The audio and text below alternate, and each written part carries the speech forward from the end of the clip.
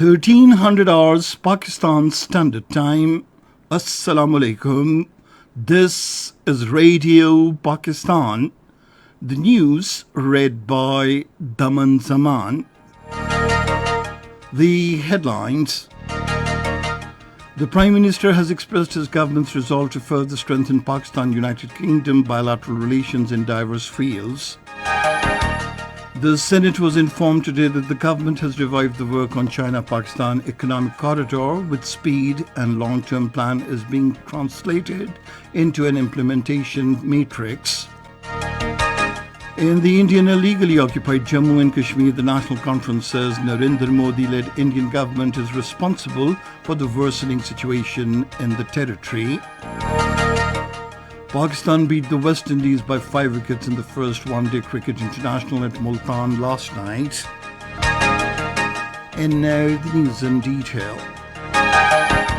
Prime Minister Mohammad Shahbaz Sharif has called for collective efforts to end the power outages and problems faced by the masses. He made the remarks while getting a briefing on power situation in the country in Islamabad today. Officials of the Ministry of Energy apprised the Prime Minister of the latest situation of load shedding in the country. The Prime Minister sought data about the electricity's demand and supply. He also inquired about the power supply situation on different feeders. Prime Minister Mohammad Shahbaz Sharif has expressed his government's resolve to further strengthen Pakistan-United Kingdom bilateral relations in diverse fields, especially in areas of trade and investment. Speaking at the 75th coronation ceremony of Queen Elizabeth II at the British High Commission in Islamabad, the Prime Minister said his government will support the High Commission to translate the friendly relationship into a strong trade and investment ties. The British High Commissioner Christian Turner, in his remarks on the occasion, highlighted the close bilateral relationship between Pakistan and the United Kingdom and vowed to make efforts to further strengthen the historic ties. The Senate was informed today that the government has revived the work on the China-Pakistan economic corridor with speed, and a long-term plan is being translated into an implementation matrix. Responding to a question during the question hour in the House today, the Minister for Board of Investment Chaudhry Saleh Hussain said the joint working groups are being convened to pave the way for the 11th JCC meeting. Pakistan's High Commissioner to Canada, Zahid Janjua, presented credentials to the Canadian Governor-General Mary Jean May Simon at Ottawa's historical Rideau Hall. Speaking on the occasion, the High Commissioner said his priorities include further strengthening bilateral ties between the two countries and serving the vibrant Pakistani diaspora in Canada. The coalition government is all set to present its first pro-people, business-friendly and progressive budget for the next fiscal year 2022-2023 in the Parliament tomorrow, with special focus on fiscal consolidation to contain budget deficit. The Minister for Finance, Miftah Ismail, will present the budget in the National Assembly.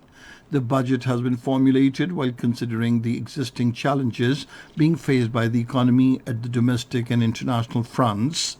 In addition to fiscal management, revenue mobilization, measures for economic stabilization and growth, reduction in non-development expenditures, boosting exports beside jobs creation, and people-friendly policies for the socio-economic prosperity of the country would feature in the budget. It would also focus on social sector development, besides introducing reforms for improving governance and boosting private sector investments. On the revenue side, the government would introduce measures for bringing improvements in the system of tax collection, broadening the tax base, and facilitation to taxpayers. In the Indian illegally occupied Jammu and Kashmir, the National Conference President Farooq Abdullah has said the Narendra Modi-led Indian government is responsible for the worsening situation in the territory.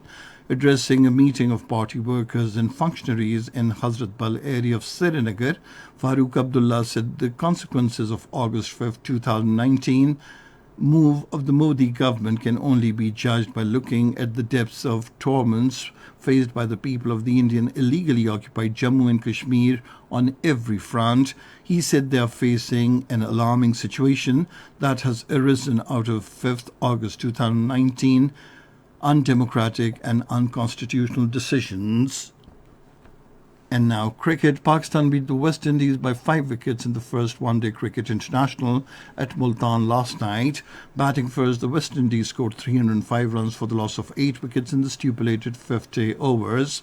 Pakistan achieved the victory target of 306 runs for the loss of 5 wickets in the last over with 4 balls remaining.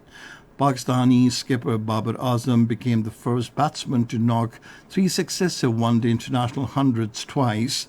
He cracked a brilliant 103 runs with 9 boundaries. The second one-day international of the 3-match series will be played in Multan tomorrow. The match will start at 1600 hours Pakistan Standard Time. And that is the end of this news bulletin. For more news and analyses, log on to our website radio.gov.pk, and you can also watch the live video streaming of our bulletins on the link facebook.com/Radio Pakistan News.